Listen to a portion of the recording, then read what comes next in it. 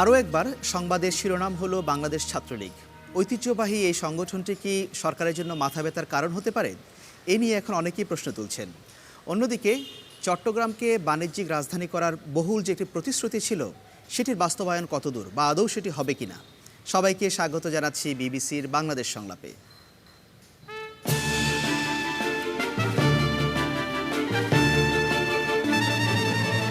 আজ প্যানেলে আছেন ভূমি প্রতিমন্ত্রী ও আওয়ামী লীগ নেতা সাইফুজ্জামান চৌধুরী, বিএনপির ভাইস চেয়ারম্যান ও সাবেক মন্ত্রী আব্দুল্লাহ আল নোমান, বেসরকারি সংস্থা ইপসার প্রধান নির্বাহী আরিফুর রহমান এবং চট্টগ্রাম বিশ্ববিদ্যালয়ের সহযোগী অধ্যাপক এবং নৃবিজ্ঞান বিভাগের সভাপতি সাদাফ নুরি ইসলাম।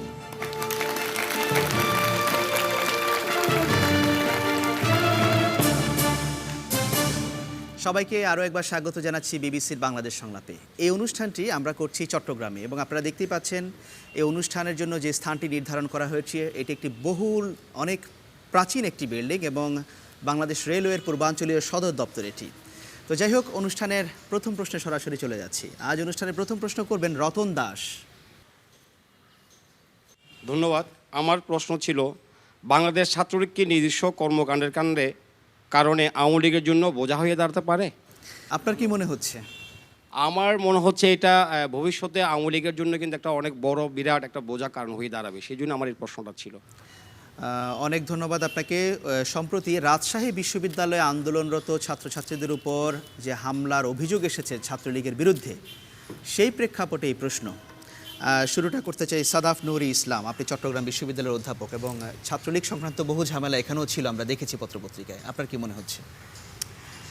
আমার প্রথমেই মনে হয় যে ছাত্র সংগঠন হিসেবে ছাত্রলীগকে আওয়ামী লীগ, কেন্দ্রীয় আওয়ামী লীগ কীভাবে করে সামলাবে তার উপরেই নির্ভর করে আসলে বোঝা হয়ে দাঁড়াবে কি দাঁড়াবে না। যেহেতু একটা বিশ্ববিদ্যালয়ে অভ্যন্তরীণ একটা বিষয়ে ছাত্রলীগের হামলা এবং এমন একটা বিষয় যেখানে হচ্ছে কি ছাত্রদের অধিকার এবং আপনারা নিশ্চয়ই জানেন যে সান্ধ্যকালীন একটি কোর্স চালু করার বিষয়ে আমরা জানি যে পাবলিক বিশ্ববিদ্যালয় হচ্ছে এমন একটা জায়গা যেখানে বিভিন্ন শ্রেণীর সন্তানরা এখানে এসে পড়তে পারে। সুতরাং এটা একটা ছাত্রদের দাবি দেওয়ার বিষয়। সেখানে ছাত্রলীগের হামলাকে যদি সরকার একেবারে নিরপেক্ষভাবে যদি ট্যাকল করতে না পারে, তাহলে নিশ্চিত করেই হচ্ছে কি সেই দায়ভার সরকারকে নিতে হবে। সরকার কি নিরপেক্ষভাবে ট্যাকল করছে? এখন পর্যন্ত তো মনে হচ্ছে না যে নিরপেক্ষভাবে ট্যাকল করছে। কারণ হচ্ছে সরকার করতে চায় বলে আপনার মনে হয়? অ্যাটলিস্ট করতে চায় বলে মনে হয় কিনা বলাটা সাধারণ মানুষের পক্ষে সন্দেহই উদ্রেক করে। কারণ হচ্ছে আপনার সন্দেহ হয় কিনা? আমার অবশ্যই সন্দেহ আছে। কারণ হচ্ছে যারা হচ্ছে ছাত্রদের অধিকারের পক্ষে কথা বলছে, যারা এই দাবির পক্ষে কথা বলছে, তাদের মধ্যে যখন মামলা হয় তখন তো মনে হয় না যেখানে সরকারের কোনো। ধন্যবাদ আপনাকে সাদাফ নুরি ইসলাম। সাইফুজ্জামান চৌধুরী। ওয়েল, ছাত্র লীগের যে বিষয়টা এসেছে, অবভিয়াসলি ছাত্রদের কিছু কিছু বিষয় আমরা যারা সরকার আছি আমাদেরকে কিছুটা বিব্রত অবস্থায় রাখে। তবে আমরা যদি একটু পিছনের দিকে তাকাই, দেখা যায় যে যখন যে সরকার ক্ষমতায় ছিল সেই সরকারের ছাত্র সংগঠনগুলো সবসময় কিন্তু নানা এ ধরনের সমস্যা কিন্তু করে আসছে। তবে রাজশাহী সাম্প্রতিককালে যেহেতু ডিসকাশনে এসেছে, রাজশাহী বিশ্ববিদ্যালয়ে যে ঘটনাটা হয়েছে, অবশ্যই আপনারা নিশ্চয়ই দেখেছেন আমাদের মাননীয় প্রধানমন্ত্রী জননেত্রী শেখ হাসিনা। রাজশাহীর একটি ঘটনা, এছাড়া বহু ঘটনা আছে। তারপর আমি বলছি যেহেতু এটা সাম্প্রতিককালের একটি বিষয়, আপনি যখন মন্ত্রী হয়ে প্রথম চট্টগ্রামে এসেছেন, আমরা খবরের কাগজে দেখেছি যে আপনার অনুষ্ঠানের বাইরেও ছাত্রলীগ মারামারি করেছে, এরকম খবরাখবর। মন্ত্রী হিসেবে আসার পরে এই ধরনের তো তেমন কিছু আমার মনে হয় না। আমি যখন কেন্দ্রীয় হ্যাঁ, ওটা আসলে ধরেন ছাত্ররা বুঝেন তো, বয়স যদি কম, তাদের কম বয়স, ওই বয়সে ছোটোখাটো জিনিস থেকে তাদের ম্যাচুরিটি তোভাবে ডেভেলপ করেনি। তো আমি যেটা বলতে চাচ্ছিলাম, অবভিয়াসলি সেটা অবশ্যই ভালো না, তবে বোঝা হওয়ার বিষয়টা এখনও আমি বলবো না। এবং আমি যেটা একটু আগেই বলছিলাম যে আমাদের মাননীয় প্রধানমন্ত্রী জননেত্রী শেখ হাসিনা এইটাকে কিন্তু কোনোভাবে প্রশ্রয় দেয়নি এবং আপনারা নিশ্চয়ই দেখেছেন কয়েকজনকে কিন্তু অ্যারেস্টও করা হয়েছে। কিন্তু যাদের হাতে অস্ত্র ছিল তাদেরকে এখনো গ্রেফতার করা, তাদেরকে তো পুলিশ খুঁজছে, ডেফিনেটলি খুঁজে পেলে অবশ্যই তাদেরকে অ্যারেস্ট করা হবে। সবাই কেউ আইনের উপর না কিন্তু, এবং অবশ্যই আমরা আইনি প্রক্রিয়া যা যা করার প্রয়োজন সেটা আমরা অবশ্যই করব। অনেক অসংখ্য ধন্যবাদ আপনাকে। আমি দেখি দর্শকদের কাছে ফিরে যায় অনেকগুলো তো হাত। প্রথমেই মাঝখানে একজন মহিলা যিনি হাত তুলেছেন আপনি। ধন্যবাদ। আমি যদিও মন্ত্রীর সাথে একমত হতে পারছি না, তার কারণ হচ্ছে এই যে ছাত্রদের হাতে যে আর্মসগুলো দেখা যাচ্ছে, নেতারা যদি না দেয় তাহলে এই আর্মসগুলো আসে কোত্থেকে? আচ্ছা, অনেক অনেক ধন্যবাদ। সামনের সারিতে। ধন্যবাদ। আমরা দেখতে পাচ্ছি সম্প্রতি ছাত্রলীগের যে অস্ত্রবাজি সাধারণ ছাত্রছাত্রীদের বিরুদ্ধে, সেটা যদি প্রধানমন্ত্রী আমরা সংসদে দাঁড়িয়ে তাদের পক্ষ নিতেও দেখা গেছে। সংসদে দাঁড়িয়ে তিনি বলেছেন আত্মরক্ষার জন্য তারা এই অস্ত্রবাজি করেছেন। এরপরে কিন্তু এরপরে প্রধানমন্ত্রী আবার বলেছেন সন্ত্রাসী সন্ত্রাসী। আমার প্রশ্ন হচ্ছে, যদি বিরোধী দলীয় নেতাদেরকে যদি যৌথ বাহিনী দিয়ে যেখানে তাকে বের করে আনা যায়, এই সন্ত্রাসীদেরকে সরকার যৌথ বাহিনীকে দিয়ে গ্রেপ্তার করতে পারে না কেন? অনেক ধন্যবাদ, অনেক ধন্যবাদ। দ্বিতীয় সারিতে আপনি। ধন্যবাদ। আমি একটা কথা বলতে চাচ্ছি এখানে, সেটা হলো যে শুধু এককভাবে সরকারের উপরে হয়তো কোনো দায়িত্ব চাপিয়ে না দিয়ে আমার মনে হয় আমরা সামগ্রিকভাবে জিনিসটা দেখতে পারি। এবং যখন সুনির্দিষ্টভাবে ছাত্রলীগকে নিয়ে কথা হচ্ছে, আপনার কি মনে হচ্ছে যে সরকার আন্তরিক ছাত্রলীগের এই বিশৃঙ্খলাগুলোকে নিয়ন্ত্রণ করার জন্য? আমার মনে হচ্ছে সরকার আন্তরিক, তবে আরও একটু বেশি আন্তরিক হলে আরও বেশি ভালো হতো দেশের জন্য, দলের জন্য, সকলের জন্য। অনেক ধন্যবাদ আপনাকে। আরিফুর রহমান। আমি যে বিষয়টি বলতে চাই যে একটা হচ্ছে যে আইন শৃঙ্খলা রক্ষাকারী বাহিনীর একটা উদ্যোগ আর সরকারের আন্তরিকতা। এখানে আমার মনে হয় যে অবশ্যই এটা সরকার আন্তরিক, কিন্তু হয়তো এখানে অনেক বাধা বিপত্তি আছে স্থানীয় পর্যায়ে, জাতীয় পর্যায়ে থেকে। কিন্তু আমরা ছাত্রলীগের একটি দুইটি বা কয়েকটি সন্ত্রাসী কর্মকাণ্ডকে নিয়ে কিন্তু পুরো ছাত্র সংগঠন বা ছাত্র রাজনীতিকে কিন্তু আসলে আমরা কখনোই আমরা মূল্যায়ন করব না। মূল কথা হচ্ছে যে এটা সরকারের জন্য বোঝা হয়ে দাঁড়াচ্ছে কিনা। না, এটা ধরেন একটি কয়েকটি বিচ্ছিন্ন ঘটনাকে নিয়ে আসলে সামগ্রিকভাবে আসলে বোঝা হয়ে দাঁড়াবে আমি ব্যক্তিগতভাবে মনে করছেন। এই জন্য আমাদের ছাত্র রাজনীতির কিন্তু একটা বিশাল কিন্তু একটা ঐতিহাসিক তাদের কিন্তু একটা ভূমিকা আছে। আমরা 52, 71 এবং 91 আমরা সবসময় দেখেছি। সুতরাং এই ধরনের যে ঘটনাগুলো, এগুলো কিন্তু অবশ্যই এগুলো নিবৃত্ত হবে এবং সরকারকে আন্তরিক হতেই হবে। যেখানে আমাদের জনগণ অত্যন্ত সচেতন। আন্তরিক মনে হচ্ছে আপনার? সরকারকে অবশ্যই আন্তরিক হতে হবে আমি বলেছি। সেটা মনে হচ্ছে কি? জি, আমি মনে করছি যে কেন ইতিমধ্যে কিছু পদক্ষেপ নেওয়া হয়েছে এবং আশা করছি যে আগামীতে আমরা আরও কিছু পদক্ষেপ আমরা দেখতে পাবো। আর যদি দেখতে না পাই তাহলে আমরা যারা সাধারণ নাগরিক, আমরা সরকারের উপর আমরা এটার জন্য আমরা চাপ প্রয়োগ করব, আমরা এটা নিয়ে প্রশ্ন করব। যদি রাজনীতিবিদরা নিশ্চুপ থাকেন, নিশ্চয়ই সাধারণ নাগরিকরা কিন্তু আমরা চুপ থাকবো না। অনেক ধন্যবাদ আপনাকে। বলতে পারি? জি বলুন। আপনি সুনির্দিষ্টভাবে যে বক্তব্যটা উপস্থাপিত হয়েছে সেটা সম্পর্কে কিছু বললেন না। সরকারের জন্য বোঝা হয়ে দাঁড়াচ্ছে কিনা সেটা আমরা বলেছি যে এটা, কিন্তু যদি বলছি যে এটা যদি না থামে তাহলে সাধারণ নাগরিকরা কিন্তু বসে থাকবে না। সাধারণ নাগরিকরা কিন্তু আরেকটা পরামর্শ আপনার, কিন্তু আপনার বক্তব্যটা কি এ সম্পর্কে সুস্পষ্ট নির্দিষ্ট বক্তব্য? আপনার বক্তব্য কি যে সরকারের জন্য বোঝা হয়ে দাঁড়াচ্ছে কিনা আপনি কি মনে করেন? আমি তো মনে করি সরকারের জন্য অবশ্যই এটা বোঝা হয়ে দাঁড়াচ্ছে, এবং এই ঘটনাটাকে যে বিচ্ছিন্ন বলা হচ্ছে আসলে এটা বিচ্ছিন্ন না। এটা এই ধরনের ঘটনা ক্রমাগতভাবেই চলছে। এই রাজশাহী বিশ্ববিদ্যালয়ে আমি যদি শিবিরকে আপনি বাইরে রাখেন তাহলে সেখানে যে ওই যে বাম রাজনৈতিক ঐক্য মৈত্রীর সংগঠনের সাথে সেখানে যুদ্ধ হয়েছে, মারা গেছে। তো এই ধরনের ঘটনা বেশ কয়েকটা হয়েছে শিবিরের বাইরে। কাজে এটা বিচ্ছিন্ন ঘটনা বলা যাবে না। মানে ছাত্রলীগই রাজশাহীর ক্ষেত্রে ছাত্রলীগই কি সরকারের জন্য একটা বড় সমস্যা? এবং বড় সমস্যা, অনেক বড় সমস্যা সরকারের জন্য। কিন্তু সাইফুজ্জামান চৌধুরী বলছেন যে এই ধরনের ঘটনা আপনারা যখন ক্ষমতা ছিলেন ছাত্রদলও এগুলো করেছে। যদি ছাত্রদল করে থাকে, সুনির্দিষ্টভাবে উনি বলে থাকেন, তাহলে ছাত্রদল এটা ভালো করে নাই। এখানে তো ছাত্রদল করেছে বলে আমি ছাত্রদল করে যখন করেছিল তখন আমার সহযোগী সংগঠন, তখন আপনারা কি পদক্ষেপ নিয়েছিলেন যখন ছাত্রদলগুলো কোন করেছিল? ক্ষেত্রে বললে এটা বলতে পারবো। অনেক পদক্ষেপ তো দেখা হয়নি। কোন ক্ষেত্রে? বহু ঘটনা যেমন আমার এখানে চট্টগ্রামে ওই ধরনের ঘটনা ঘটে নাই। এখন যদি উনি বলেন যে ঘটেছে তাহলে আমাকে বলতে হবে এই ঘটনা ঘটেছে। আমি আসি মিস্টার নোমান, এখানে একজন দর্শক বলছিলেন যে ছাত্রলীগ যেগুলো করছে সেটাকে নিয়ন্ত্রণ করার জন্য যৌথ বাহিনীকে ব্যবহার করার জন্য, আপনি কি এটাকে সমর্থন করেন? আমি যেটা মনে করি, যৌথ বাহিনী বলবো না আমি ওইভাবে, আমি বলবো যে আইন শৃঙ্খলা রক্ষাকারী বাহিনী যার যে দায়িত্ব আছে এবং আইনের আওতায় যে এরকম করে তাদের শাস্তি বিধান হওয়া উচিত সেটা হবে। যৌথ বাহিনী হোক, সেটা অন্যভাবে হোক। অনেক ধন্যবাদ। আমি আবার ফিরে আসবো আপনাদের কাছে। দেখি দর্শকরা আবার অনেকেই হাত তুলেছেন। কথা দুটো ছিল ওখান থেকে একটু আমি যদি হ্যাঁ, আমি একটু- আপনার কাছে আসছি একেবারে পেছনের সারিতে। ছাত্রলীগ বর্তমান বাংলাদেশে এমন কোনো বিশ্ববিদ্যালয় আপনারা দেখাতে পারবেন না বা কলেজ দেখাতে পারবেন না যেখানে তাদের ত্রাসের রাজত্ব কায়েম করে নাই। তাহলে এখান থেকে আমরা বুঝতে কি পারি না যে ছাত্রলীগ আওয়ামী লীগের জন্য বোঝার কারণ হয়ে দাঁড়িয়েছে? ধন্যবাদ। অনেক ধন্যবাদ আপনাকে। মাঝখানে আপনি যিনি হাত তুলেছিলেন, মহিলা।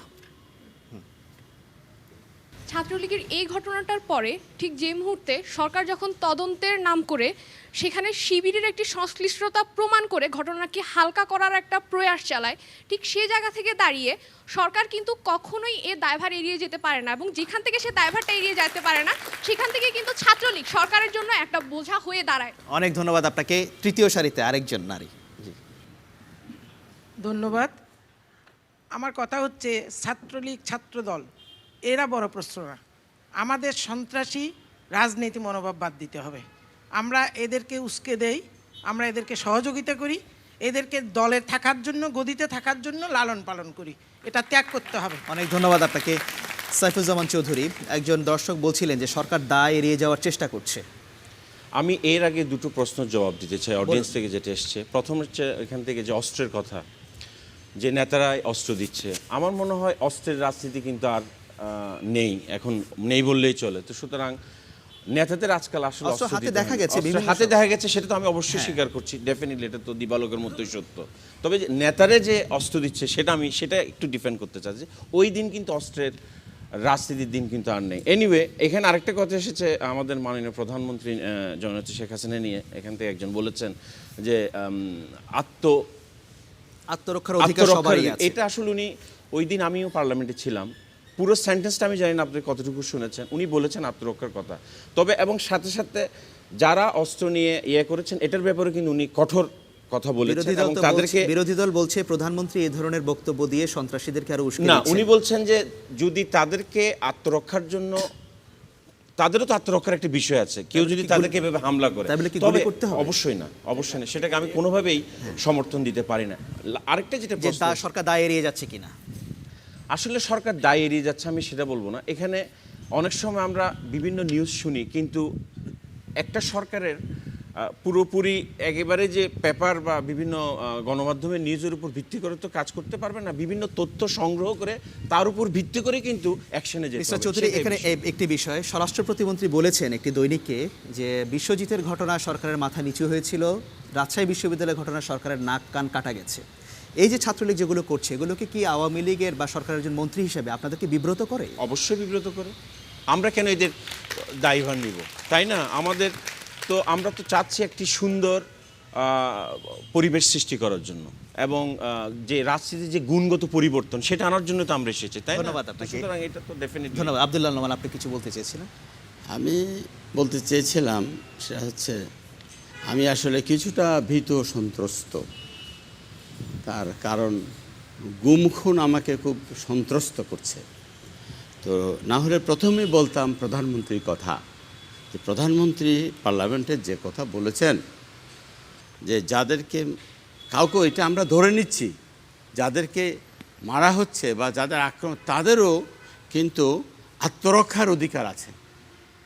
এই যে প্রধানমন্ত্রীর আত্মরক্ষার অধিকারের কথা বলার মধ্য দিয়ে তারা কিন্তু এখানে অনেক বেশি উৎসাহিত হলো।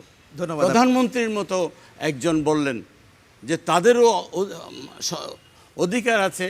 সেই অধিকার কিন্তু আমি যেটা মনে করি একমাত্র আইনে ছাড়া অন্য কোনো জায়গায় অথবা পাল্টা কোনো উনি অবস্থা বলেছেন যে তিনি দিতে সবারই পারেন না। আত্মরক্ষার অধিকার তিনি আছে, করতে এই কথাটাই পারেন উনি না। বলেছেন। কিন্তু ধন্যবাদ। সবারই আত্মরক্ষার অধিকার আছে, পার্টিকুলার স্পেসিফিক কেসে বলেন না।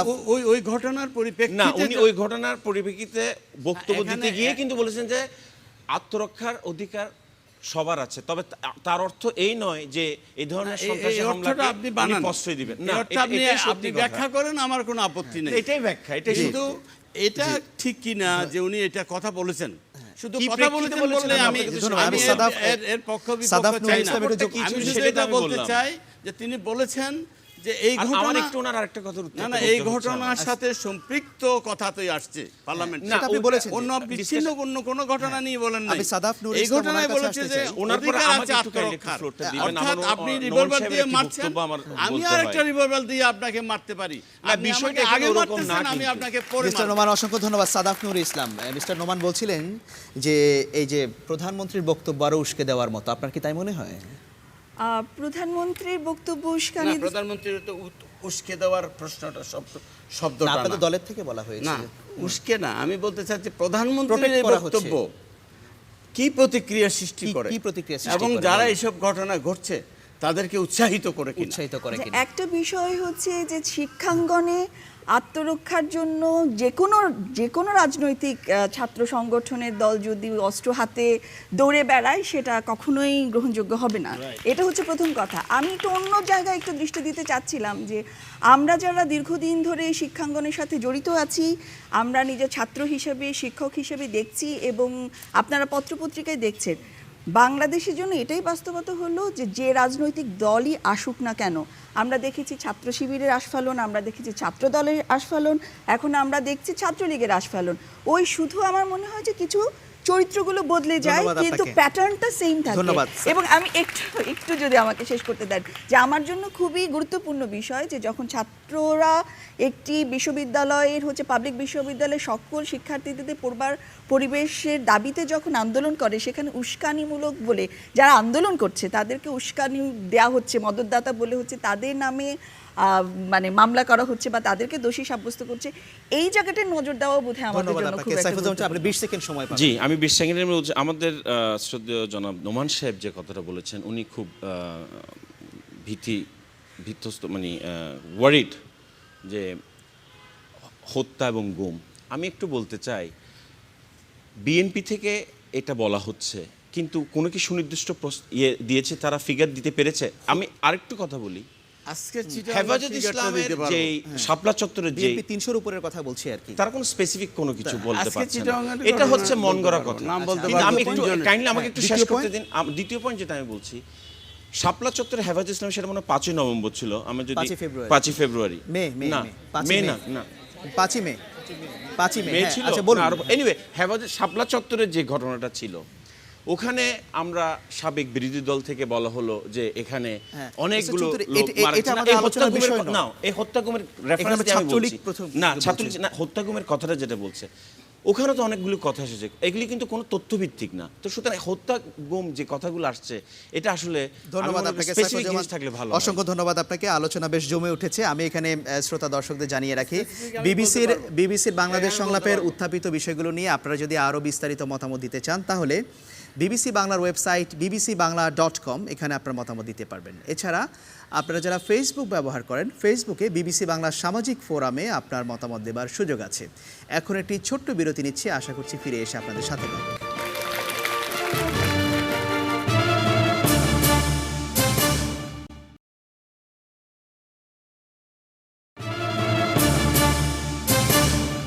বিরতির পর আবারও ফিরে এলাম। আপনারা দেখছিলেন বিবিসির বাংলাদেশ সংলাপ। সাথে থাকার জন্য অনেক ধন্যবাদ আপনাদের। এবারে পরের প্রশ্নে যাচ্ছি। পরের প্রশ্ন করবেন রুবাইয়া আক্তার। ধন্যবাদ। সরকার অন্যতম প্রধান রাজনৈতিক দল বিএনপির সঙ্গে সংলাপের উদ্যোগ না নিলে আপাতত বিরাজমান স্থিতিশীল পরিস্থিতি কি স্থায়ী হবে? ধন্যবাদ আপনাকে। নির্বাচনের পর মনে হচ্ছে একটা স্থিতিশীল পরিস্থিতি বিরাজ করছে, অনেকে এটা বলেন। যদি বিরোধী দলের সঙ্গে সংলাপের উদ্যোগ না নেয় তাহলে এটা বজায় থাকবে কিনা? আব্দুল্লাহ নোমান। এটা প্রথম বক্তব্য হলো যে আমাদের দেশে যে ফর্ম অফ গভর্নমেন্ট এটা হচ্ছে পার্লামেন্টারি, অর্থাৎ সংসদীয় দল গণতন্ত্র মানে বহুদলীয় গণতন্ত্র। তো এই ক্ষেত্রে বিরোধী দলের সাথে অথবা বিরোধী দল এখন নাই, এখন তো আপনারা ওইটা প্রধান বিরোধী কোনো দল নন। বিরোধী দল না, বিএনপির সঙ্গে খালেদা বলছি। জিয়া, আব্দুল্লাহ নোমান এরাই বিরোধী দল হইলে বিরোধী দল না, ইন্ডিভিজুয়াল ধরেন নাই বিএনপি এটা। তো এই অবস্থায় যদি সংলাপের মাধ্যমে আমরা 10ম জাতীয় সংসদে নির্বাচনে ভোট দিতে পারি নাই, এদেশের মানুষ ভোট দিতে পারি নাই, আমরা নির্বাচনে ভোট দিতে চাই। আপনি যদি মূল কাজে পয়েন্টে আসেন যদি তাহলে ভোট দিতে চাই তাহলে একটা নির্বাচন দরকার, যে স্থিতিশীলতা এবং থাকবে এই কিনা? নির্বাচনের প্রশ্নে সরকারের পক্ষ থেকে উদ্যোগ গ্রহণ করে অথবা তাদের কোনো পরামর্শ থাকলে সেই বিষয়ে আলোচনা অবশ্যই করা প্রয়োজন। যদি আলোচনা না সংলাপ হয় কি- অবশ্যই প্রয়োজন। যদি আলোচনা বা সংলাপ না হয় তাহলে কি আলোচনা দেশে না হলে অস্থিতিশীলতা তৈরি হবে? সম্পর্কটা যে দূরত্ব সেটা আরো বাড়বে, অস্থিতিশীলতা কি তৈরি হবে? অস্থিতিশীলতা বাড়বে, এটা তো স্বাভাবিক। কারণ একটি বিরোধী রাজনৈতিক দলের তার সাংগঠনিক অধিকার, সাংবিধানিক অধিকার আছে তার কার্যক্রমের, আচ্ছা, এবং আপনাদের- মৌলিক অধিকার তো রয়েছেই। আপনাদের নেত্রী যেখানে খালেদা জিয়া- আমার মৌলিক অধিকার ক্ষুণ্ণ হবে, আপনাদের নেত্রী খালেদা জিয়া বলেছেন তারা অনন্তকাল বা দীর্ঘ সময় ধরে অপেক্ষা করবেন না, মানে আপনারা বিএনপির কথা বলছি, কয়েকদিন আগে তিনি সেটা সংবাদ কেউ অপেক্ষা সম্মেলন- করবেন না। সে সময়টা কতদিন? সময়ের কোনো বিষয় নেই রাজনীতিতে। আমরা এরশাদের বিরুদ্ধে 10 বছর আন্দোলন করেছি এবং এর মধ্যে 2টি নির্বাচন হয়েছে।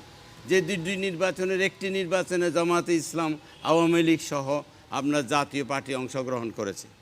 আরেকটা নির্বাচনে 88 সালে তারা আওয়ামী লীগ আর সেখানে নির্বাচনে 5 বছর আন্দোলনের জন্য সাহস রেডি? পায় নাই। আগামী 5 বছরের জন্য সেটা ready আন্দোলন? আমরা আন্দোলন করেছি ঐক্যবদ্ধভাবে। ধন্যবাদ আব্দুল্লাহ আল মামুন। আন্দোলন কোনো একদম মেপে করা যায় না। আন্দোলন তার প্রক্রিয়াগতভাবে এগিয়ে যায় এবং সেখানে তার ভাগ্য নির্ধারিত। ধন্যবাদ আব্দুল্লাহ আল নোমান আপনাকে। আরিফুর রহমান, আপাতত যে স্থিতিশীল পরিস্থিতি এটা কি স্থায়ী হবে কিনা সেটাই ছিল ওনার প্রশ্ন। যদি সংলাপ না হয়। আমি একজন নাগরিক হিসাবে আমরা ইতিবাচক চিন্তা করি যে না, আমরা মনে করছি যে স্থিতিশীলতা আমাদেরকে একটু নিঃশ্বাস নেওয়ার সুযোগ দিয়েছে, এটা স্থায়ী হোক, এটা আমরা কামনা করি এবং আশা করছি। কিন্তু এই যে আলোচনা, এটা কিন্তু একটা চলমান প্রক্রিয়া, এটা উভয় পক্ষকেই কিন্তু আপনার এই স্থিতিশীলতা রক্ষার জন্য কার্যকরী ভূমিকা দিতে হবে। এটা শুধুমাত্র বিরোধী দলকে আমরা যদি শুধু কেবল আমরা দায়ী করি বা তাদেরকে আমরা বলি তাহলে হবে না, সরকারকেও এটার জন্য উদ্যোগ নিতে হবে এবং এই আলোচনাটাকে চলমান প্রক্রিয়া রাখতে হবে। কারণ এখানে আমরা যদি শুধু সরকারকে দায়ী করি আবার বিরোধী দলকে আমরা বাঁচিয়ে দিই তাহলে হবে না, উভয় পক্ষকে কিন্তু এই আলোচনাটা চলমান রাখতে হবে। কে সংসদে থাকলে, আমার একটু আগে আমাদের শ্রদ্ধাভাজন রাজনীতিবিদ যেটা বলেছেন যে এটা একটা বহুদলীয় রাজনৈতিক পরিবেশ আমরা এটা তৈরি করতে চাই। সংসদে কে প্রতিনিধিত্ব করলো বা কে করলো না সেটার চেয়ে বড় হচ্ছে যে বিএনপি বাংলাদেশের অন্যতম যে বড় দল তার মধ্যে একটি, সুতরাং তার সাথে আলোচনা প্রক্রিয়া এটি চলমান রাখতে হবে। তাহলে আমার মনে হয় যে স্থিতিশীলতা, যদি না হয় তাহলে অবশ্যই ঘটনার পরম্পরায় হয়তো সরকারের যে ভুলভ্রান্তিগুলো হবে সেগুলো নিয়ে বিরোধী দল রাজনীতি করবে, সেগুলো নিয়ে তারা কথা বলবে, সাধারণ নাগরিক ফুঁসে উঠবে, তো সেখানে অস্থিতিশীলতা তৈরি হবে, কিন্তু আমরা সেটা চাই না। অনেক ধন্যবাদ আপনাকে। এই বিষয়টি নিয়ে দর্শকদের মতামত দেব, আপনি মাঝখানে। বাংলাদেশের রাজনীতিতে বিএনপি এবং আওয়ামী লীগ এই দুটি সর্ববৃহৎ দলকে নিয়ে আবর্তিত, কিন্তু এক্ষেত্রে 10ম সংসদ নির্বাচনে আমাদের আওয়ামী লীগ তথা সরকার এককভাবে নির্বাচন করে ভোটের অধিকার হরণ করে যে নির্বাচন করেছে এবং সরকার গঠন করেছে, সেখানে কি সরকার নিজেই আত্মতৃপ্তি লাভ করছে এবং এই সরকার কি দীর্ঘায়িত হবে? যদি সংলাপ না হয় তাহলে কি স্থিতিশীলতাটা থাকবে? আমার তো মনে হয় থাকবে না, স্থিতিশীলতা হুমকির সম্মুখীন হবে। ধন্যবাদ আপনাকে। এখানে আরেকজন, আপনি পাঞ্জাবি পরা মাঝখানে। সরকারি দল এবং বিরোধী দল সংলাপ করবে, এটাই অত্যন্ত স্বাভাবিক, কিন্তু যেখানে বিরোধী দল বর্তমান সরকারকে সরকার হিসেবে মানে না, তাহলে ওনারা আলোচনা করলে কি সরকার হিসেবে স্বীকৃতি দিয়ে আলোচনা করবেন? আচ্ছা, অসংখ্য ধন্যবাদ আপনাকে। এটা আব্দুল্লাহ আল নোমান, আপনাকে উদ্দেশ্য করে এই প্রশ্ন ওনার মনে হচ্ছে। আসলে আলোচনার তো বেশি সময় নেই, না হলে অনেক কথা এর মধ্যে রেফারেন্স হিসাবে আসে। তো বিভিন্ন দেশে দেশে যেখানে যুদ্ধ চলে সে যুদ্ধের মধ্যেও আপনার ফ্ল্যাগ উঁচু করে আলোচনা হয়। এই যে আলোচনা যে বৈধ অবৈধতার প্রশ্নে শুধু হয় বা হয় না তা না। তো এখানে প্রশ্নটা হচ্ছে যে প্রশ্নে অবৈধ বলা হয়েছে, আমাদের রাজনীতিতে আমরা বলেছি যে এই সরকার হচ্ছে 5% জনগণের ভোটের সরকার।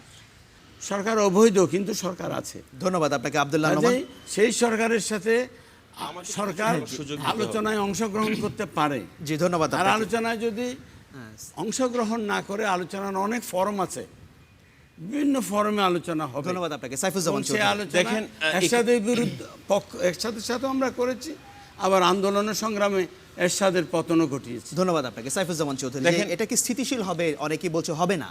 আমি এই পরিপ্রেক্ষিতে কিছু কথা বলতে চাই। সংলাপের যেটা বিষয়টা এসেছে, সংলাপের জন্য কিন্তু নির্বাচনের আগেও কিন্তু আমাদের নেত্রী মাননীয় প্রধানমন্ত্রী কিন্তু বারবার কিন্তু ডাক দিয়েছিলেন। এখন সংলাপ নির্বাচনের আগেও যে কথা বলা হয়েছে, বিরোধী দল মানে সাবেক বিরোধী দল বলবো এবং বর্তমানে বৃহৎ রাজনৈতিক অন্যতম প্রধান রাজনৈতিক দলই বলি বিএনপি, তারা বলছে সংলাপ। তাহলে সংলাপটা কি নিয়ে হবে? সেই আবার একই কথা, এই তত্ত্বাবধায়ক সরকার এবং আমাদের বর্তমান প্রধানমন্ত্রীকে মাইনাস করে সংলাপ, তাহলে তো আমরা ঘুরে ফিরে আবার আগের জায়গায় চলে আসছি। আচ্ছা, এখানে আরও একটা বিষয় আছে। এই যে বলছেন বৈধতার প্রশ্ন এসেছে, এখানে একটু গুরুত্বপূর্ণ কথাটা এসেছে আসলে। এখানে আরেকটা জিনিস দেখুন, আপনারা সব আমাদের জাস্ট যে সরকারটা শেষ হলো আমাদের, সেই সময়ে নির্বাচন প্রায় 5000 নির্বাচন হয়েছে, সব লোকাল ইলেকশনগুলো। সব নির্বাচনে আমাদের প্রধান বিএনপি দল, রাজনৈতিক দল, অন্যতম প্রধান রাজনৈতিক দল গেল। আপনি জাতীয় নির্বাচনটিতে গেলেন না, আবার এখন সামনে উপজেলা নির্বাচন হচ্ছে, সেখানে দেখা যাচ্ছে আপনি আবার যাচ্ছেন। তাহলে অর্থাৎ মানে কি? সবকিছুর কেন্দ্রবিন্দু আপনার ক্ষমতায় লাগবে, এটাই বিষয়। এখানে আরেকটা বিষয় আছে, দর্শকরা কয়েকজন আমাদের নোমান সাহেব যেটা বলেছেন 5%, এটা কি ওনাদের মন গড়া কথা? আমাদের স্ট্যাটিস্টিক্স বলে, ডেটাগুলো বলে এভারেজ 40% কিন্তু ভোটার সুনির্দিষ্টভাবে যে আপনি এখন ভোটার উদ্যোগটা যদি নেবেন, শুনেন, যেখানে না আমরা সেই বিতর্কে যাচ্ছি না মিস্টার চৌধুরী, সরকার কি সংলাপের নির্বাচনে আসতো, তাহলে অবশ্যই ভোটাররা আসতো। মিস্টার চৌধুরী, সরকার কি সংলাপের উদ্যোগ নেবে? আপনি যদি খুব সুনির্দিষ্টভাবে বলেন। প্রথমে বলতে হবে, শুনেন, এখানে তো অনেকগুলো সহিংসতা হয়েছিল, অনেকগুলো আন্দোলন হয়েছে, পেট্রোল বোমা থেকে নিয়ে আমরা তো অনেকগুলো হত্যা দেখেছি। এগুলোর কি হবে? এখন সংলাপ আপনি যে করবেন, কি বেসিসে করবেন? আগে যে পুরনো কথা নিয়ে যদি আপনি সংলাপ করেন, এই সংলাপের কোনো মাইনে নেই আমি মনে করি। আচ্ছা, তার মানে বোঝা যাচ্ছে যে সংলাপ মানে সরকার সংলাপ করতে আগ্রহী নয় আপাতত। আমরা সবসময় আগ্রহী, কিন্তু সংলাপটা করার জন্য আপনাদের মূল থিম থেকে বের হয়ে আসতে হবে। থিমে থাকলে হবে। ধন্যবাদ সাইফুজ্জামান চৌধুরী, সাদাফ নুরী ইসলাম। যে আপাত স্থিতিশীল পরিস্থিতি এটা স্থায়ী থাকবে কিনা সেটাই ছিল ওনার প্রশ্ন, যদি প্রধান রাজনৈতিক দল অন্যতম বিরোধী দলের মানে বিএনপির সাথে যদি আলোচনা না হয়। না, অবশ্যই তো কোনো সম্ভাবনা দেখি না, স্থিতিশীল থাকবে বলে তো মনে হয় না। তবে একটা বিষয় কি, যে ধরেন যেই দশম নির্বাচন আমরা পার করে আসলাম, সেখানে তো নানা ধরনের প্রেডিকশন আসলে ফেল করেছে, এবং আমার সেই জায়গা থেকে মনে হয় যে বিরোধী দল বা সাবেক বিরোধী দল বা প্রধান যে বিরোধী রাজনৈতিক দল আছেন, তাদেরও যেমন হচ্ছে এগিয়ে যাওয়ার জন্য বা সংলাপের প্রস্তুতি হিসেবে নতুন কৌশল অবলম্বন করা উচিত, এবং সরকারের তো অবশ্যই উচিত। তার কারণ হচ্ছে কি, আমার মনে হয় যে ধরেন এই দশম নির্বাচনে যেই পরিস্থিতি, যে পরিবেশ আমরা দেখেছি, হ্যাঁ, সেটাতে আমি কোনোভাবে মনে করি না যে ধরেন এটা আওয়ামী লীগের বিজয় হয়েছে কিংবা হচ্ছে বিরোধী দলের বিজয় হয়েছে। আমি এই সেকেন্ডে যদি বলেন যে ইকোনমিস্ট পত্রিকা বলছে যে সরকার বিরোধী দলকে, বিশেষ করে তারা বিএনপিকে বলছে কোণঠাসা করার জন্য যা যা করা দরকার সবই করছে, আপনি কি এটার সঙ্গে একমত? এখন কথা হচ্ছে কি, যে রাষ্ট্র যে প্রক্রিয়ায় গড়ে ওঠে, হ্যাঁ, সেখানে তো রাষ্ট্র চাইবে যে সরকার তার হচ্ছে নিজের দখলদারিত্ব বজায় থাকুক, হ্যাঁ, সেই জন্য তার তো সেটা তার ইনেসেন্স একটা বৈধই থাকে। কিন্তু আমি যেটা বলতে চাচ্ছিলাম যে আমরা বারবার জনগণকে না নিষ্ক্রিয় ভাবি, আমরা মনে করি যে জনগণ বোধহয় খালি দুটো দল বা তিনটা দলের ক্রিয় নয়, সেই জায়গা থেকে বেরিয়ে এসে আসলে হচ্ছে সামনের দিন। ধন্যবাদ আপনাকে সাদাফ নুরী ইসলাম। আমি এবার তৃতীয় প্রশ্নে যাচ্ছি। তৃতীয় প্রশ্ন করবেন ফারহানা আক্তার। ধন্যবাদ।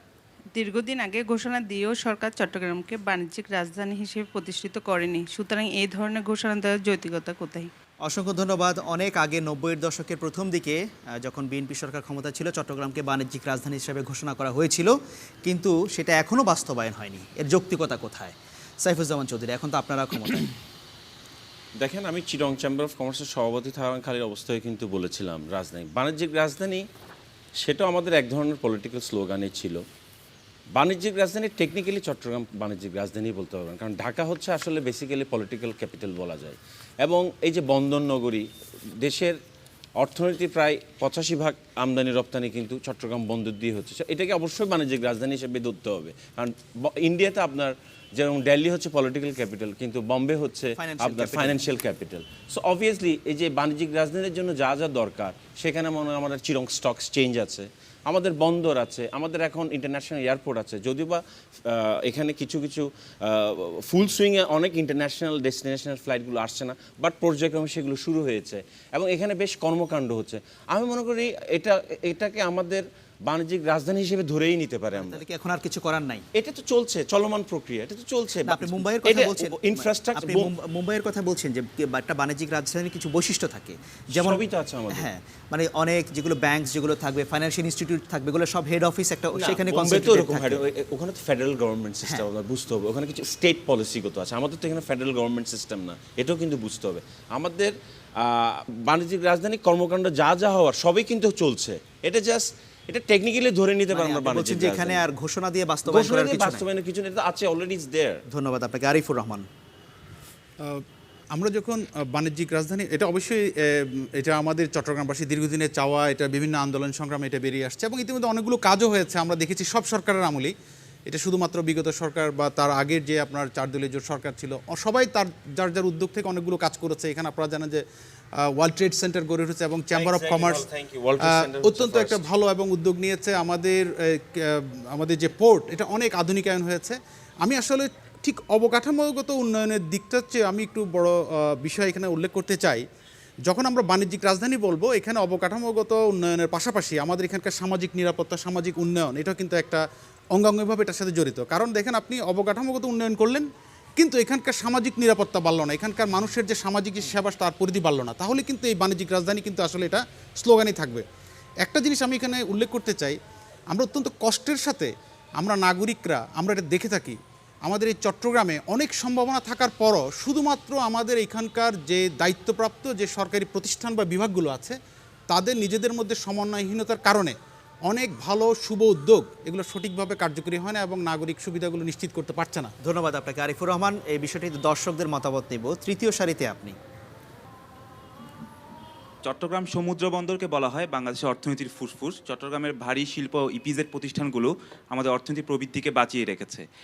আমাদের মোট রপ্তানি আয়ের 76% চট্টগ্রাম নিয়ন্ত্রণ করলেও জাতীয় গ্রিড থেকে গ্যাস এবং বিদ্যুৎ প্রাপ্তিতে চট্টগ্রাম অন্যান্য অঞ্চল থেকে কেন বৈষম্য ও বঞ্চনার শিকার হচ্ছে?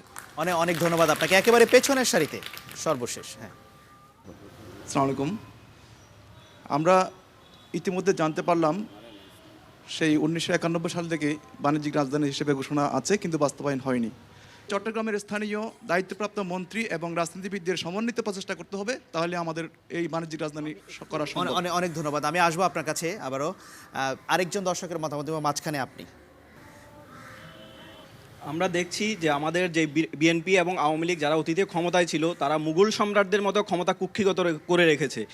দেশের সার্বিক উন্নয়নের জন্য যে সময়টুকু দেওয়া দরকার, যে শ্রম দেওয়া দরকার, যেই মেধা দেওয়া দরকার, ওনারা সেটা দেননি। ওনারা অস্ত্রবাজি করে ওনাদের সময় 5 বছর সময় পার করেছেন। তাই বলে আমার মনে হয় বর্তমানে ওনাদেরকে দিয়ে দেশের সামগ্রিক উন্নয়ন আমার মনে হয় অসম্ভব। আমাদের একজন মাহাতির দরকার, আমাদের একজন নেলসন ম্যান্ডেলা দরকার। অনেক ধন্যবাদ। হ্যাঁ, আমি আপনার কাছে আসবো। আপনার কাছে আমি আসবো। আব্দুল্লাহ আল নোমান, বিএনপি যখন ক্ষমতা, আপনিও তখন মন্ত্রী, তখন এই ঘোষণাটি এসেছিল না বাণিজ্যিক রাজধানী করার?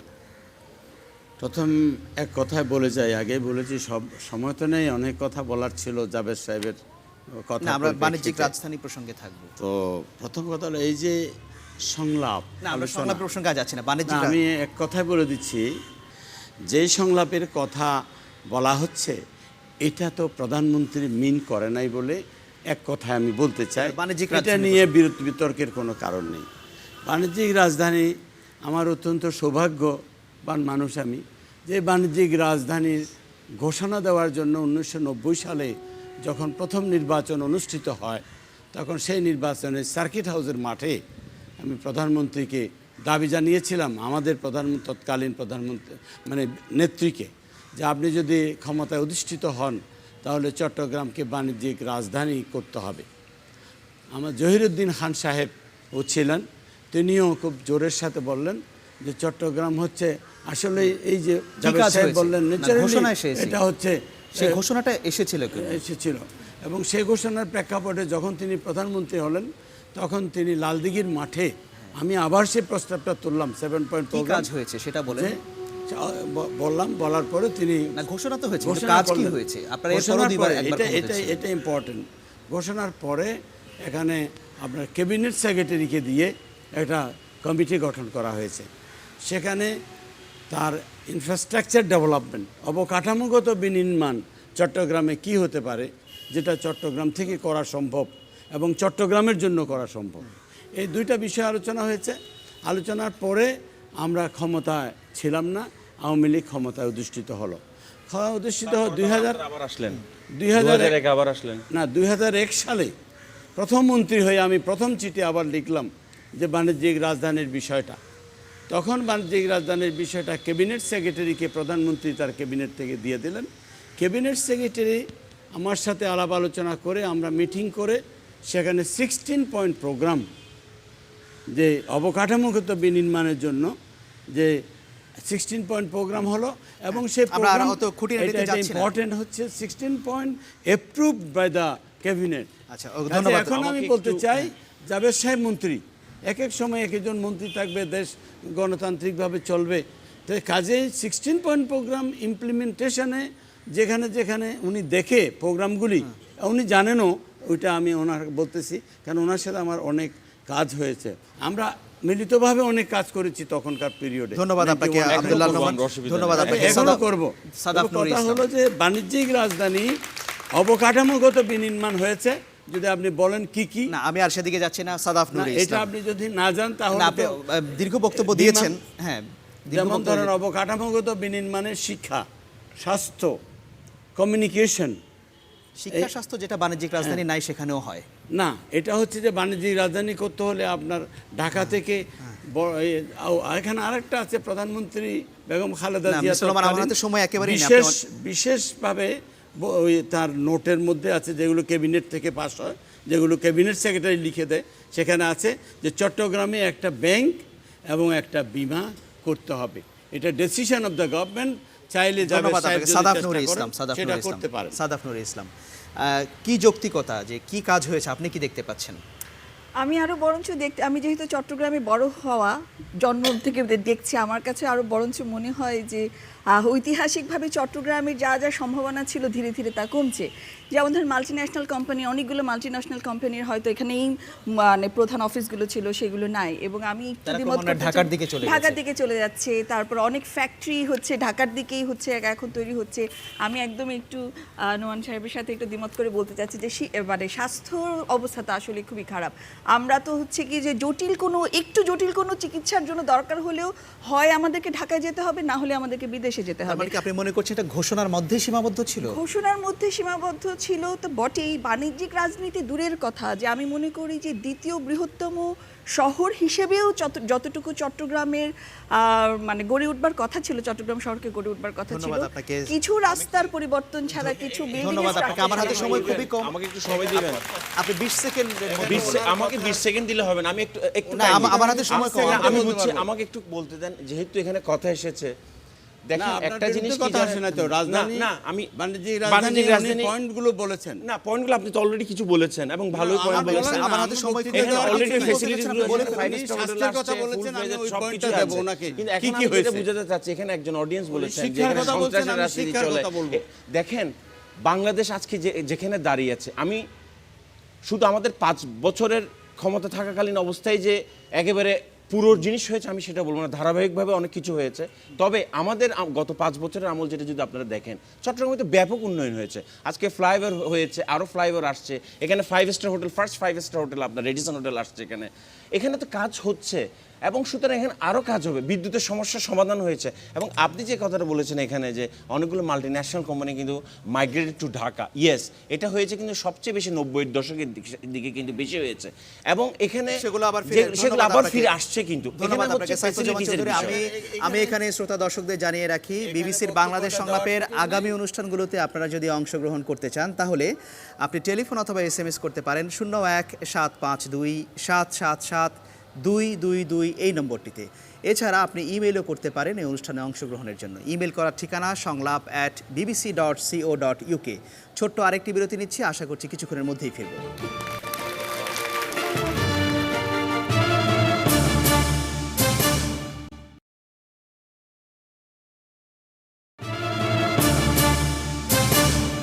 বিরতির পর আবারও ফিরে এলাম, সবাইকে অসংখ্য ধন্যবাদ আমাদের সাথে থাকার জন্য। পরের প্রশ্নে যাচ্ছি এবারে। পরের প্রশ্ন করবেন আসমা রহমান। আমার প্রশ্ন হচ্ছে, আলু চাষিদের উৎপাদিত পণ্যের ন্যায্য মূল্য যদি খুব দ্রুত নিশ্চিত করা না যায়, তাহলে কি আলু চাষ আগামীতে হুমকির মুখে পড়তে পারে? অনেক ধন্যবাদ আপনাকে। বাংলাদেশে একটা কৃষিজ পণ্য আলু চাষ, হাজার হাজার যারা কৃষক তারা এটাতে হুমকির মুখে পড়েছেন, এমন কথা আপনারা পত্রপত্রিকায় দেখতে পাচ্ছেন। সেই প্রেক্ষাপটে ওনার এই প্রশ্ন। সাইফুজ্জামান চৌধুরী, হুমকির মুখে পড়বে না, কারণ আলুর চাষ যে কোনো ব্যবসা কিন্তু এভাবে হয়, একটা বছর একটা সিজন ভালো যাবে আর একটা সিজন খারাপ যাবে। তবে এখানে যেটা সমস্যা হয়ে গেছে, এই যে বিগত 6 মাসের রাজনৈতিক অস্থিরতা, এগুলোর কারণে কিন্তু সমস্যাটা কিন্তু বেশি হয়ে গেছে। আজকে যদি এই অস্থিরতা যদি না থাকতো তাহলে অবভিয়াসলি আজকে আমরা অনেক ক্ষেত্রে কিন্তু ভালো জিনিসটা পেতাম। তো সুতরাং আমি মনে করি এটা হয়তো খুবই টেম্পোরারি, এটা একটা সিজন অনেক সময় খারাপ যায় এবং সামনের দিন যদি আমাদের রাজনীতিশীলতা থাকে। কৃষকরা, আপনি খবরের কাগজে দেখছেন যে কৃষকরা বলছে যে আগে মানে বরাবরের মতোই যে কোনো কোল্ড স্টোরেজ বা হিমাগার নেই। এখানে আমরা অলরেডি ইতিমধ্যে সেগুলো নিয়ে চিন্তা ভাবনা করছি, আরও হিমাগারের প্রয়োজন আছে বলে আমরা মনে করি এবং এগুলো স্টেপগুলো আমরা নিচ্ছি কিন্তু সরকার থেকে, কারণ আমাদের কোল্ড স্টোরেজের প্রয়োজন আছে, শুধু আলু না অনেক কিছুই কিন্তু রাখার প্রয়োজন আছে এবং সেটা আমরা ইতিমধ্যে প্রাইভেট সেক্টরদেরকে এনকারেজ করছি যে তারা আসুক এবং তারা কোল্ড স্টোরেজগুলো করুক। ধন্যবাদ আপনাকে। আরিফুর রহমান, আমি যেটা স্পেসিফিক্যালি বলতে চাই যে আসলে চাষের খরচ কমাতে হবে। আমরা দেখেছি, আমরা যে রিপোর্টগুলো দেখছি সেখানে যে চাষিরা বলছে যে তারা আসলে চাষ করতে সবচেয়ে বেশি কোথায়? উত্তরবঙ্গে। জি, এবং সেখানে আসলে এই যে আলু চাষ বনাল আরও প্রাসঙ্গে আরও যেসব আমাদের নিয়মিত চাষ, সেখানে কিন্তু তার চাষে তার খরচ বেশি পড়ছে। ফলে হচ্ছে কি তার মানে আপনার লাভের চেয়ে তার আসলে আপনার লোকসানটা বেশি হচ্ছে। তো আমি মনে করি যে রাষ্ট্রকে এটা দায়িত্ব নিতে হবে যে সেখানে আরও ভর্তুকি বাড়াতে হবে এবং হিমাগার সহ তার মার্কেটিংয়ের জন্য আরও অন্যান্য সেবাগুলো তার কাছে পৌঁছে দিতে হবে, তাহলেই কিন্তু চাষিরা লাভবান হবে। ধন্যবাদ আপনাকে। দর্শকদের কাছে যাই তৃতীয় সারিতে। ধন্যবাদ। আমার বাসা উত্তরবঙ্গে হওয়ায় আমার আলু চাষিদের সাথে আমার একটা সম্পর্ক আছে এবং ওখানে দেখা যায় যে 100 টাকা বস্তা, মানে 50 কেজির আলুর দাম হচ্ছে 100 টাকা, যেখানে মানে পার কেজি 2 টাকা পড়তেছে। এখানে আসার পরে কেন সেটা 30 টাকা বা 40 টাকা বা 50 টাকা হয়? এটাই আপনার কি মনে হয় এই যে তাদের যদি ন্যায্য মূল্য না পাওয়া যায় এটা কি হুমকির মুখে পড়বে? অবশ্যই হুমকির মুখে, এবং এই জন্য মধ্যস্বত্বভোগীদের এবং দৌরাত্মটা একটু কমাতে হবে আর কি। অনেক ধন্যবাদ আপনাকে। এখানে এই পাশে আরেকজন মহিলা চতুর্থ সারিতে। ধন্যবাদ। বর্তমানে উনি বললো যে পদক্ষেপ নিচ্ছে, বাংলাদেশে পদক্ষেপ বারবারে নিতে থাকে, এটা বাস্তবায়ন কেন হয় না? আচ্ছা, আজকাল কিন্তু হচ্ছে, আজকাল কিন্তু ওরকম না যে শুধু কথা হচ্ছে। বর্তমানে চট্টগ্রাম ফ্লাইওভার ভেঙে পড়ে অনেকগুলো মানুষ মারা গেছে, সেটা হয়তো আগে ছিল। আচ্ছা, অনেক ধন্যবাদ, অনেক ধন্যবাদ। মাঝ বরাবর টি শার্ট পরা। ধন্যবাদ। এটা হরতাল অবরোধ যত কিছু বাংলাদেশে ঘটছে এটার জন্য সরকার কোনো রকম পদক্ষেপ নেয় নাই এবং সেজন্য আজকে ব্যবসায়ীরা যতটুকু আমি জানলাম বিভিন্ন পত্রিকাতে খবরে একমাত্র দায়ী হলো বর্তমান সরকার এবং বিগত বিএনপি সরকার দায়ী এই চাষিদের জন্য, লোকসানের জন্য। অনেক ধন্যবাদ আপনাকে। প্যানেলে ফিরে আসে আব্দুল্লাহ আল নোমান। এটা চট্টগ্রামের ইস্যু নয়, কিন্তু উত্তরবঙ্গে যারা হাজার হাজার কৃষক তাদের জন্য এটা বড় ইস্যু, আলু চাষ। আসলে আমাদের যে এগ্রিকালচারাল প্রোডাক্ট, এই এগ্রিকালচারাল প্রোডাক্টের সংরক্ষণ এবং তার যে মার্কেটিং প্রসেস, এটা এখনও চাহিদা অনুযায়ী আপডেটেড হয় নাই, এটা একটা সমস্যা। দ্বিতীয়ত হচ্ছে গ্যাস, তেল এবং তার যে সার, বীজ, এগুলোর প্রাইসটা বেশি, ফলে তার কস্টটা অনেক বেড়ে গেছে। কস্ট বেড়ে যাওয়ার কারণে তার সেখানে আপনার এই সংকটটা দেখা দিয়েছে। আর কোল্ড স্টোরেজ, পরিমাণগত কোল্ড স্টোরেজ বাড়াতে হবে আরও, ওই এগ্রিকালচারাল রেটে বিদ্যুৎ দেওয়া, ওই তো সব কিছু বলা হয়েছে। আমরাও বলেছি ওইভাবে পারি নাই, কারণ আমি এই সেক্টরের একজন সাবসেক্টরের লোক ছিলাম। আর এখানে এই সরকারের সময় তো বিদ্যুৎ তো প্রায় ধরেন অনেক গুণ বেড়ে গেছে দাম। ধন্যবাদ। তাদের পক্ষে কস্ট মিনিমাইজ করে এই প্রোডাক্ট মুশকিল হয়ে যাচ্ছে, সম্ভবপর হচ্ছে না, অনেকেই চাষ ছেড়ে দিচ্ছে। ধন্যবাদ আপনাকে। সাদাফ নুরি ইসলাম, উনি বলছিলেন যে আলু চাষিরা উৎসাহ হারিয়ে ফেলবে। প্রথমত আমি বলতে চাই কি এটা আসলে খুব কমন একটা দৃশ্য, যে ধরেন এটা বলবো না যে এবছরই আমরা প্রথম দেখলাম যে আলু পথে বিছিয়ে চাষিরা বসে আছে। গত বছর এরকম হয়েছে, আগের বছর এরকম হয়েছে। এই বিষয়ে হচ্ছে কি সরকারের অবশ্যই একটা গুরুত্বপূর্ণ ভূমিকা পালন করতে হবে। এক হচ্ছে কিভাবে করে আলুগুলোকে সংরক্ষণ করা, সেটার সাথে সাথে মার্কেটিং করা, এবং আর সঙ্গে সঙ্গে যেটা বিষয় যে আলু নির্ভর খাদ্য উৎপাদনের ক্ষেত্রগুলোকে চিহ্নিত করে উদ্যোক্তাদেরকে উৎসাহিত করা। এবং বিশ্ববাজারে আমরা সকলেই জানি যে আলুর যে এত ভীষণ রকমের পপুলারিটি, মানে এই খাদ্য, মানে আলু থেকে তৈরি করা খাদ্য, নানা ধরনের খাদ্য, এবং যে উদ্যোক্তাদেরকে উৎসাহিত করা, মানে উদ্যোক্তাদেরকে উৎসাহিত করা এবং ক্ষেত্র চিহ্নিত করে হচ্ছে কি একটা মানে পরিবেশে, মানে চাষিদের জন্য তাহলে এটা বিরাট বড় একটা লাভজনক একটা চাষ হিসেবে পরিগণিত। অসংখ্য ধন্যবাদ আপনাকে সাদাফ নুরি জহিরুল ইসলাম এবং একই সাথে প্যানেলে বাকি তিনজনকেও আমি ধন্যবাদ জানাচ্ছি। ধন্যবাদ রইল আপনারা দর্শক হিসেবে যারা প্রশ্ন করেছেন কিংবা মতামত দিয়েছেন আপনাদেরকেও। আর আমি আন্তরিকভাবে দুঃখ প্রকাশ করছি, অনেকেই হাত তুলেছিলেন কিন্তু সময় স্বল্পতার কারণে সেই সুযোগ আমি আপনাদের দিতে পারিনি সেই জন্য। আর ধন্যবাদ রইল চ্যানেল আই এবং বাংলাদেশ রেলওয়েকে, যারা এখানে আমাদের অনুষ্ঠান করার জন্য সার্বিক সহযোগিতা করেছেন। বিবিসির বাংলাদেশ সংলাপের আগামী অনুষ্ঠানটি হবে ঢাকায় এবং সেই অনুষ্ঠান দেখার জন্য আপনাদের সবাইকে আমন্ত্রণ জানিয়ে আজ এখানে বিদায় নিচ্ছি।